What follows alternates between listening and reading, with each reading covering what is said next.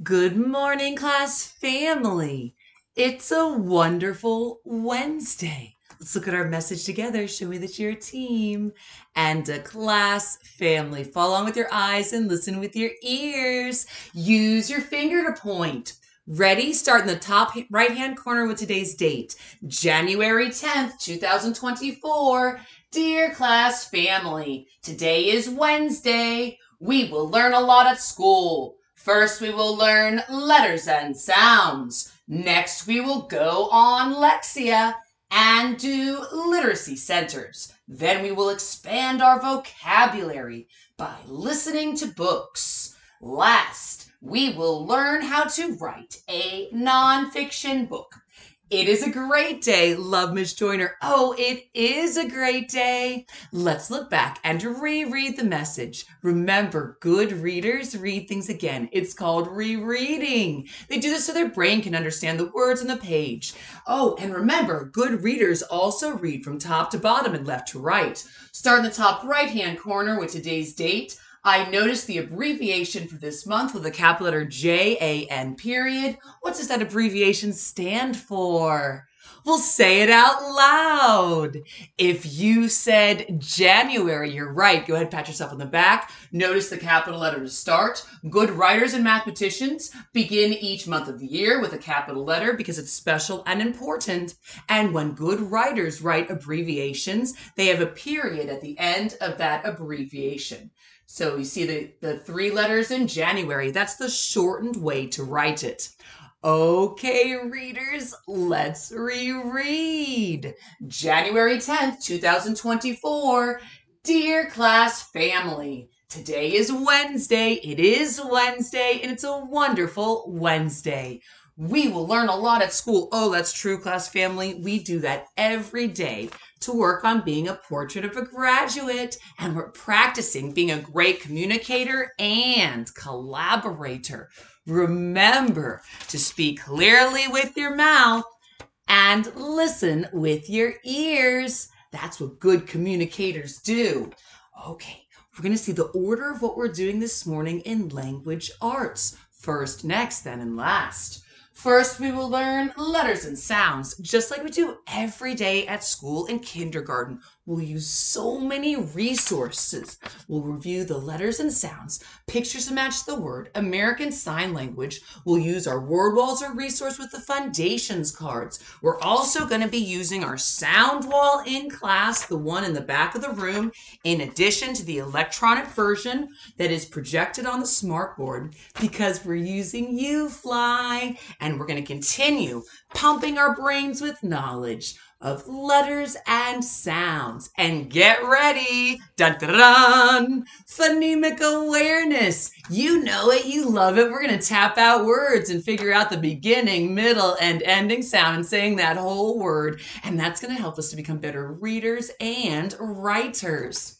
Next, we will go on Lexia and do literacy centers. Oh, we will. Just like we do every day at school, we will pump our brains with knowledge in many different ways, including Lexia Core 5 reading program on our iPads where you log on independently and pass more units. Let's get our goal for this week met. And we're also going to be doing some other centers within the classroom and meeting with teachers as well in small groups. And I'm going to be calling children over because we're still doing the PALS section of VKRP. Remember, that's dun dun dun, phonological awareness literacy screening. So there are many of you who will be starting the spelling section today where I say a word and you've got to listen carefully for that beginning, middle, and ending sound, and then saying that whole word. You're going to go ahead and you're going to write down each letter that you hear. The tapping for phonemic awareness is going to get you ready so that you are confident when you're writing the letters for each CVC word that you're spelling.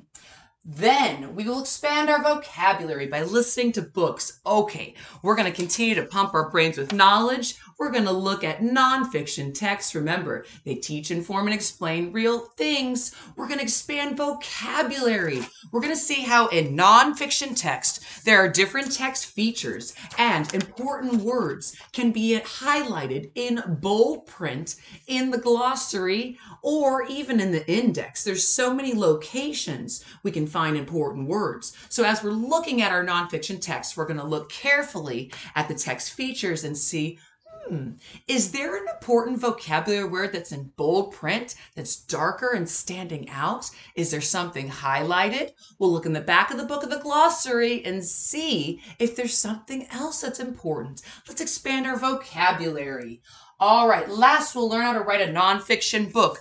Okay, so we are going to continue with our writing today. During writing workshop, you'll have your resources together.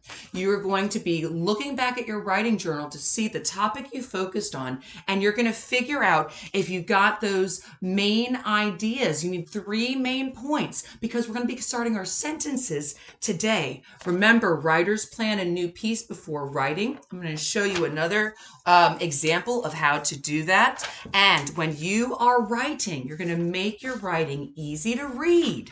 So once you've figured out what you're focusing on and you've drawn your picture, when it's time to write the sentences, make sure that you remember that a sentence starts with a capital letter.